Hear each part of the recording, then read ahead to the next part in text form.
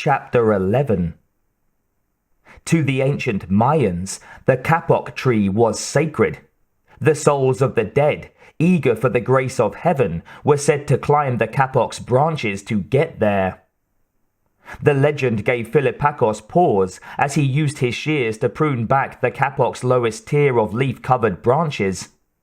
He didn't want to prevent any enterprising souls from rising to heaven. But as far as he knew, none of his colleagues was on his or her way to an afterlife at the moment, and by the time anyone needed a helping branch, the tier would have grown out again. Philippakos liked pruning, especially the sweet, nutty smell of the severed wood, which was why he did so much of it. But he only worked close to the ground, leaving the higher tiers to more able souls like Shepherd, Cody, and Pandor.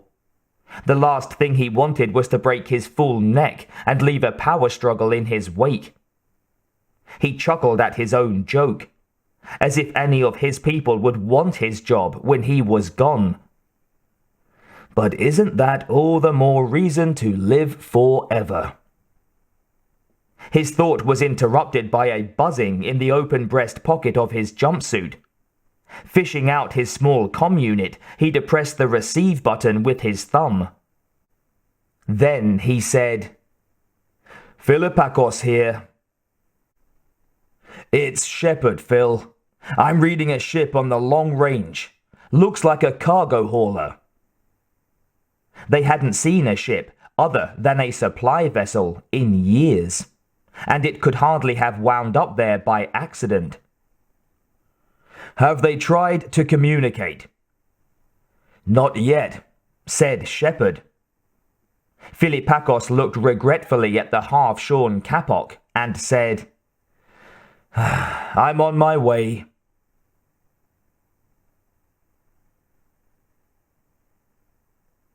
"See?" said Hendricks, indicating the spot. Cody nodded. "I do." "Looks like as good a place as any," said Pandor. He picked out one of the 24 violets that had arrived in the cryotube, removed it from the back of the flivver, and set it down in the crevice Hendricks had indicated, a shallow one between two grey rocks, protected from the intensity of unfiltered sunlight by the drooping branches of a perfumed ylang-ylang tree. Even back on Earth, violets couldn't survive the glare of the sun. Hendricks knew how they felt. She didn't like the spotlight either. Using his hands rather than a trowel, Pandor scooped some rich, dark soil out of a pail they had brought with them and dumped it onto the crevice. Then, gently, he patted it down around the naked root system of the violet, careful to avoid its thick, hairy leaves. Hendricks remembered Pandor's saying that he liked the feel of the dirt, and that the day he resorted to a trowel was the day he looked for another career. She hoped that day didn't come for a while. "How about the nutrient bath?" asked Cody, shading his eyes against the midday light.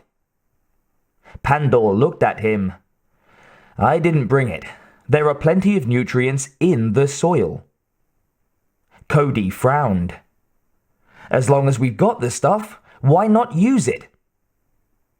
"The way the food shipments are going," said Pandor, "we may need some nutrient bath ourselves." Cody made a face. "That's disgusting." Hendricks didn't get involved in their exchange. Even if she knew for certain she wouldn't say anything stupid, she wouldn't know when to jump in. Pandor turned to her. "Where's our next spot?" She showed him. It was a couple of meters off to the side, a shaded location between two other rocks. "Beats me," said Cody, "how you don't record any of this." Hendricks shrugged. "I've got a good memory." People had always commented on it, as far back as she could remember. She might not have been a great intellect in other ways, but she always had had a knack for remembering things. Picking up another violet, Cody took it over to the place Hendricks had selected and put it into the crevice. Then he picked up some soil with a trowel and poured it in around the roots. "Well, aren't you going to pat it?" asked Pandor. Cody chuckled derisively. "Maybe I should give it a good-night kiss while I'm at it." "I understand," said Pandor with a twinkle in his eye. "And believe me, I admire your dedication. The sooner we finish up here, the sooner we can move on to our next job." Their next assignment was to change the filters in the dome's ventilation system, so they didn't want to complete the violet job too quickly. No one liked changing filters, not even Philip, who seemed to like most everything. "On the other hand," said Cody, playing along with the joke, "I'd hate to shortchange the little darlings. Maybe a couple of pats are in order after all." Pandor smiled encouragingly. "That's the spirit." "Let me show you the next spot," said Hendricks. "By all means," said Cody. "You know, there was a time when I was the soul of efficiency around here. Got everything done in record time. No goofing off. Of course, that was before I was exposed to some negative influences." "Hey," said Pandor, "you know what they say. You lie down with dogs, you wake up with fleas." Suddenly, he made a face, like the one he had made in the mess hall, only worse. "Gas again?" Hendricks wondered. "You all right?" she asked. I don't know," he said. His voice was strained, laced with concern, more so than she would have expected. It hurts," he said. He pressed his fist to his chest. "In here." Hendricks frowned. "A heart attack?" She wasn't good at emergencies. Something in her always froze, as if she were moving in ice water. Fortunately, Cody wasn't so afflicted. Moving to Pandor's side, he took the botanist by the arm and said, "We're getting you to the infirmary." "I'll call ahead," Hendricks offered. It hurts," Pandor gasped, doubling over in Cody's grasp. "It really hurts. Maybe my heart." Cody didn't answer him, but something about his expression told Hendricks he wasn't concerned about Pandor's heart. He was thinking it was something else. Something the face grabber did to him, Hendricks realized in a flash of insight. Make it stop," Pandor whimpered. Suddenly, his eyes widening, he unleashed a groan the likes of which Hendricks had never heard before. A sound so deep, so uncontrollable, it made her throat close just listening to it. Somehow, she managed to open her comm unit. "Hendricks to Angie! Something's wrong with Pandor!" "What is it?" came the response. I don't know. We're taking him to the Before she could finish, Pandor arched his back and let out another groan, even worse than the first. More grinding and more desperate. Only Cody's grip kept Pandor from falling backward.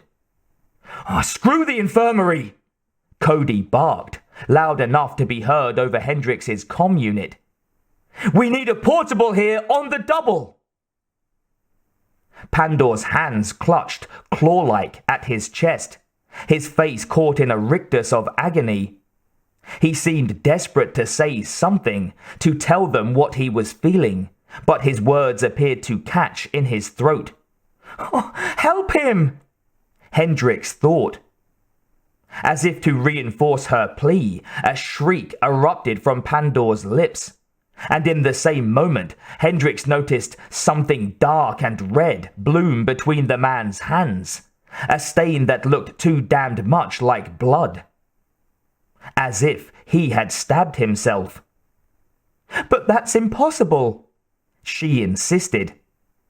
Pandor's hands were empty of tools, and he couldn't have ripped himself open with just his bare hands. "What the hell?" said Cody, his voice low and disbelieving. At the same time, Pandor's tunic ripped open, and something emerged from his chest in a geyser of blood. Hendricks found herself scrabbling backward across the grass, not even sure how she got down there. The thing that had come out was blotchy with gore, so it was hard to make out any details, but it looked to Hendricks like a mound of flesh, with teeth. A head, she thought, mesmerized. But not a human head, something serpentine or aquatic maybe. She was reminded of a killer whale she had seen in a vid once, though this thing looked infinitely more vicious. It seemed to scan its surroundings for a moment, getting its bearings. Then it ripped free of Pandor altogether, a short, thick body trailing behind it, and skittered off into the underbrush. Leaving Hendricks gaping, her heart pounding, her hands shaking. Cody, who was hard to rattle, had withdrawn from Pandor as well, and he looked grimmer than she had ever seen him. "What was that?" he breathed. Hendricks wished she could tell him, but with the tears welling up in her eyes, she could barely even see him. Wiping them away with the heel of her hand, she made her way over to Pandor on all fours. She found him lying on his back, the sun reflected in his staring eyes. The horrors of his travail were still evident in his expression. And there was a hole in his chest the size of a man's fist, with a couple of bloody cracked ribs protruding from it like the shoots of an exotic plant. Hendricks felt her gorge rise, and then ran into the bushes to discharge her last meal.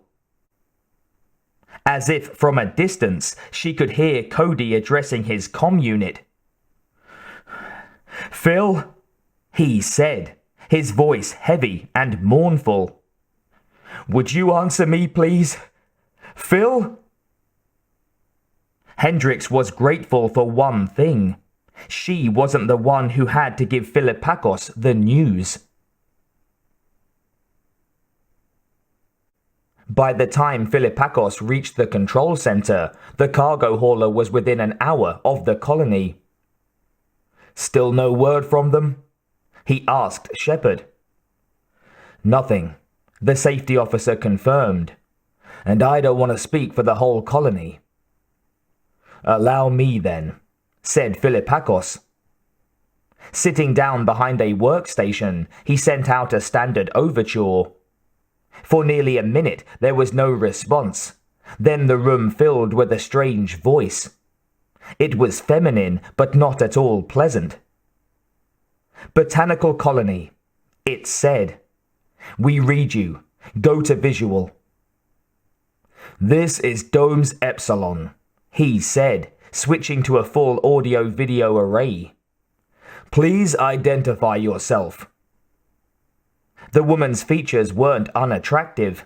Soft dark eyes beneath gently arched brows, delicate cheekbones and sculpted nostrils, a mouth any man would have found desirable.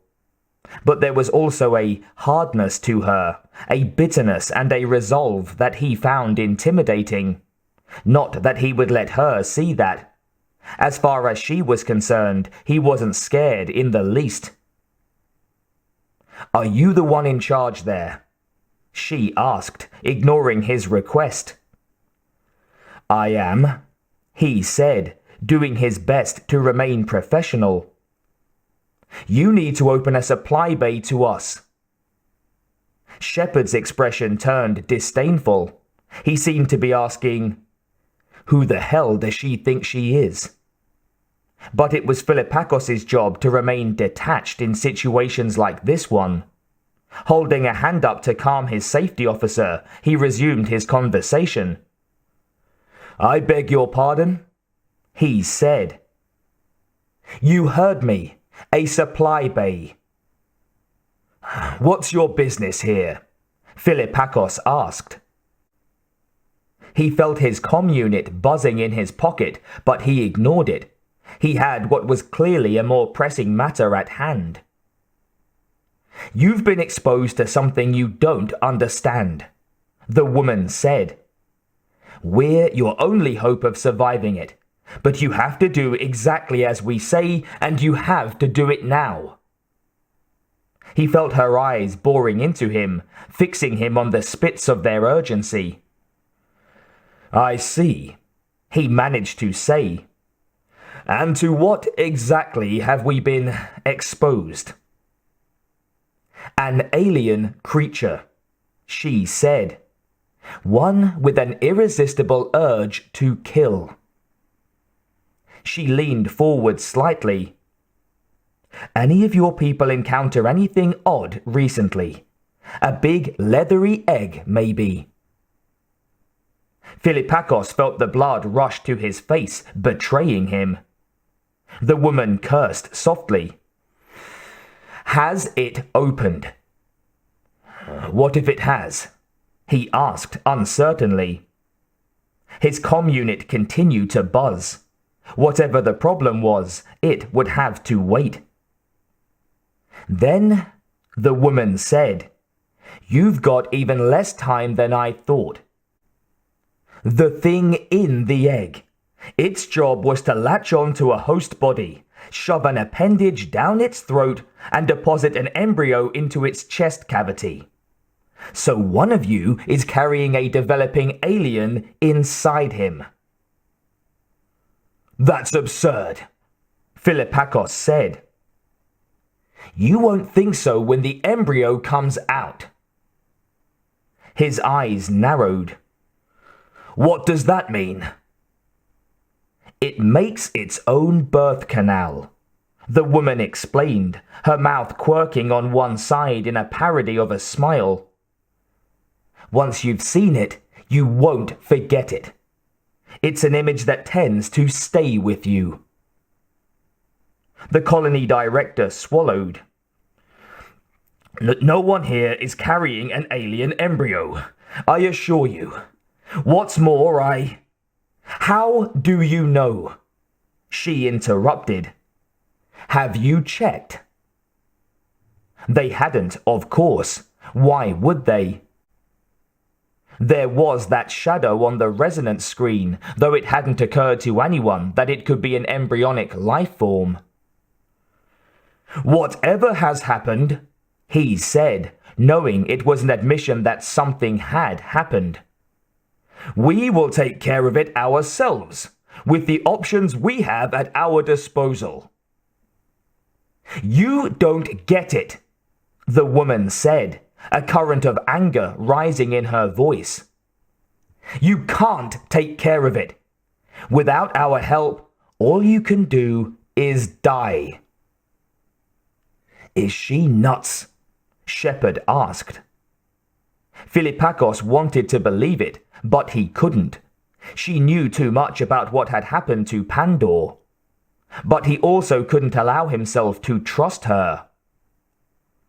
"I'm not going to open my supply bay to a perfect stranger." "You already have," the woman told him. "What you need now are some imperfect strangers." Philippakos' comm unit buzzed on relentlessly, soaring at the edge of his consciousness. "How do you know what's happened here?" he asked. "And why are you so interested in helping us?" She frowned. "We don't have time for this. You've got 5 minutes to open a supply hatch. After that, we'll make our own way inside. It's up to you." Philippakos felt his mouth go dry. "You can't just force your way in here." "Can't we?" she asked. She wasn't bluffing. He could see it in her eyes. And haulers like hers had adaptable docking ports, a necessity if they were to trade personnel and materials with the vast variety of vessels they might encounter. But she wouldn't be able to get in without cutting through the hatch, which would render the bay useless in the process.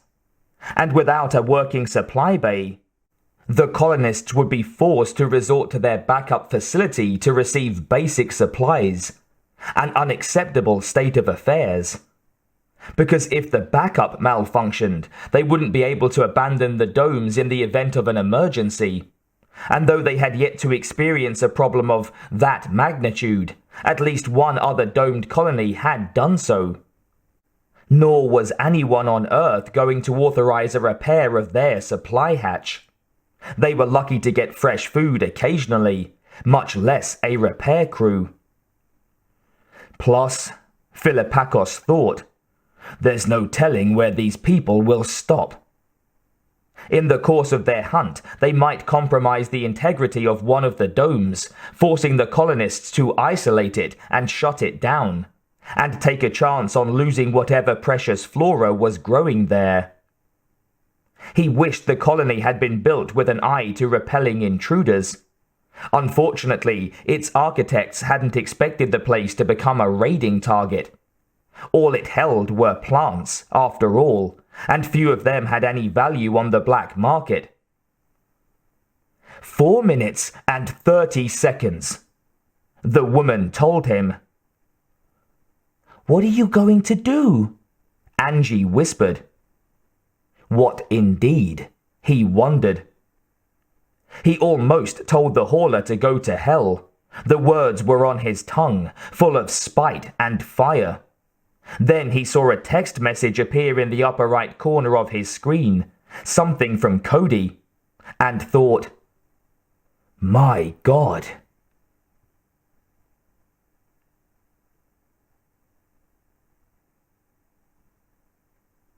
Ripley's instincts told her that the botanist was going to make her earn her way into his colony. Then she saw him go pale, as if he had heard or seen something too horrible for him to contemplate, and her screen went blank. "He cut us off," said Call. Ripley turned to her. "You sound surprised. How can they be so stupid?" "Happens all the time," Ripley told her. There were always people who thought they could outrun the aliens, or outsmart them, or go toe-to-toe with them if they had the fortitude and sufficient firepower. Weyland-Yutani had believed it could tame the encephalopods. It thought it could train aliens to perform like killer house pets. Roll over, beg, make dead. But in time, Weyland-Yutani learned the error of its ways. These colonists would too, if Ripley gave them the opportunity. But she wouldn't. She hadn't come all this way to let them kill themselves. "Hang on a second," said Call, her features caught in a golden glare of the monitor screen. "What is it?" Ripley asked. "An ultimatum, maybe. That would be entertaining." "Come look," said Call. Ripley looked. The graphic on Call's screen said they had access to the colony's supply bay. "How about that?" said Ripley. "Maybe they're not so stupid after all." "I wonder what made them change their minds," said Call. "What's the difference?" said Ripley. "The important thing is that we're in." "Not good," said Shepard, consulting his monitor screen.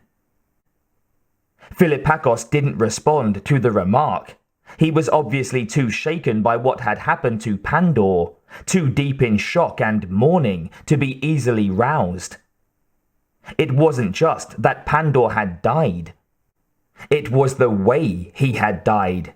something bursting out of his chest, just as the woman in the hauler had said it would. "It's an image that tends to stay with you," she had told Philippakos. No doubt it would stay with Cody and Hendrix a long time. Shepard was stunned too. Pandor had been his colleague, his neighbor, his friend. But there was nothing more he could do for the guy. His responsibility now was to look after the rest of them, a task that had just gotten more complex. "What's the matter, Shep?" Philippakos asked at last. The safety officer glanced at him. "The supply hatch is closed, and it won't open again." "What do you mean?" Philippakos said as the import of the statement began to sink in.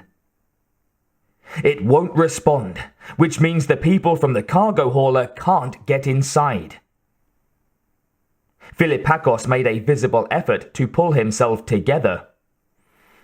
"We can still open it manually, right?" "Maybe," said Shepard. "There's no way to find out except to go there.